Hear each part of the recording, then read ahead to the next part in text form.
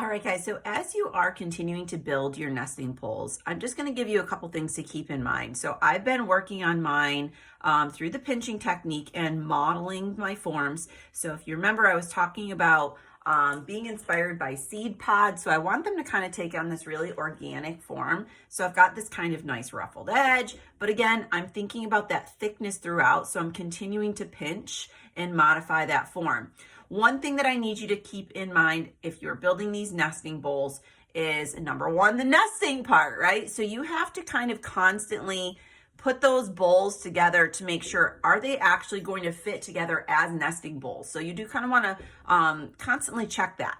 The other thing that I want you to think about is if you were doing what I'm doing, where I'm going to actually be making these into functional measuring cups, one way to check that would be to fill up the 1 cup, the quarter cup, the half cup, etc., and pour it into your form to make sure that it's actually going to accommodate the 1 cup marker. Now, keep in mind, we're working with clay. Clay is going to shrink through the drying, through the firing.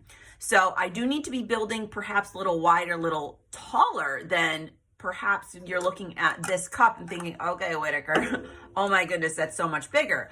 But we're accommodating for shrinkage. So that's the second thing that I need to think about. So as I'm starting to modify these forms and get them ready for the sculpting technique and the sgraffito technique, I do need to think about the actual size before it gets too leather hard to the point that I can't actually modify that form anymore.